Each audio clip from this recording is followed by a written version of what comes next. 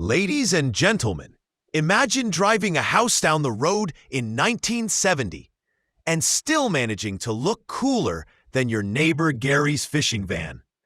That's what the 1970 Ford F-350 Sport Custom with a Rancho Trailers camper was all about. A rolling candy apple red slice of Americana that shouted, "I'm going camping, and I'm taking the whole darn block with me." And let me tell you, if Timmy had one of these, he'd still find a way to brag he could outfish everyone while sitting in the camper bathroom. This F-350 came with a 390 cubic inch V8, factory rated at 255 horsepower and 376 lb-feet of torque, about 191 kilowatts and 510 newton meters for my metric friends. That's the kind of grunt that could tow Gary's backyard shed, plus his lawnmower, plus Gary himself, clinging on for dear life. The engine was paired with a 3-speed Cruise-O-Matic automatic transmission, smooth enough that even your uncle who couldn't drive stick would claim he's a pro hauler. Finished in candy apple red, this truck rocked a bright front bumper with overriders, auxiliary roof lights, dual side mirrors, and a tow ball for hauling. It rolled on black-painted 16-inch steel wheels wrapped in Firestone Destination tires sized 215/85. And let's not forget the dually rear axle, because one set of wheels simply wasn't enough for this beast. Power steering was included, but I believe even with the assist, maneuvering this camper felt like wrestling a stubborn bull at the rodeo.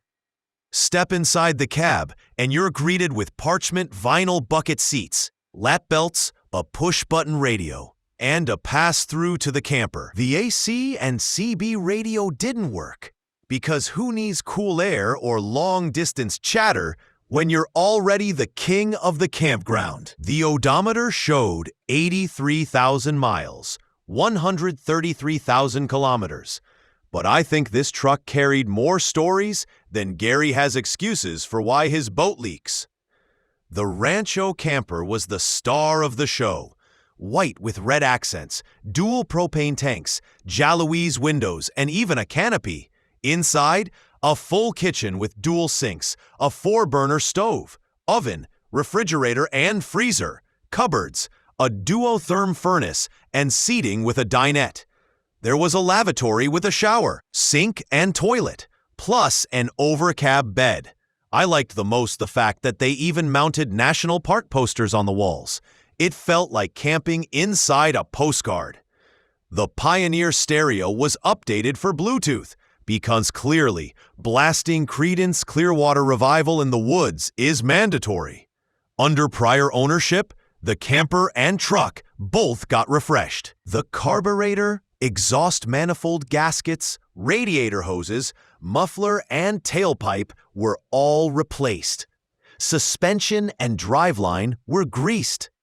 Sure, the water heater handle was broken, but hey, Timmy would still call it custom. This entire red giant sold at auction for $7,800, about 7,200 euros, which is cheaper than the average price of a used compact car today. And yet this truck has something no compact car ever will: the ability to make strangers at a gas station say, "Wow, that's living."